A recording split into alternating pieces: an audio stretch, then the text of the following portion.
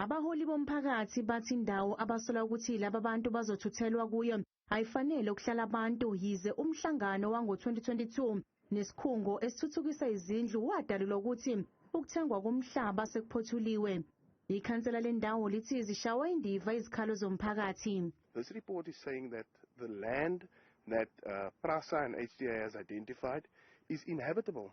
So if you had to put everything else aside, all of the concerns raised by the residents of Ward 109, and just look at that, how humane is it for PRASA to start looking into this piece of land? How humane will it be for them to relocate the residents on the central line to this piece of land?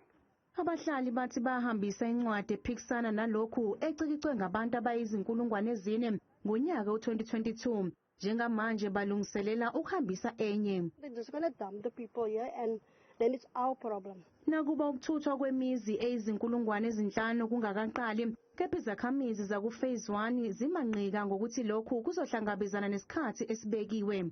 Bakholwa ukuthi umhlaba ongu-8.7 hectares othengiwe ePhilip uyihaba nje. Akho ntshukumo ithini because kuzavotwa kwezinyanga siya kuzo. Siyabhanqa. Akho ndawo siya kuyo, sizawuhlala lapho. uYesu wadabuye nje bakuthiwa uyeza nje. Siyeke sahlala ke siyi-community, asiphumi ukuhamba siyovotela lo hulumende uphetheyo because thina asubona umsebenzi wakhe kuthi. Okwamanje inhlangano yezitimela zabagibeli PRASA ithi khona inqubekela phambili ekulungiseni umzila obekwakhe kuyo laba bantu, kanti uhamba izitimela isuka eKapa ziya eNyanga.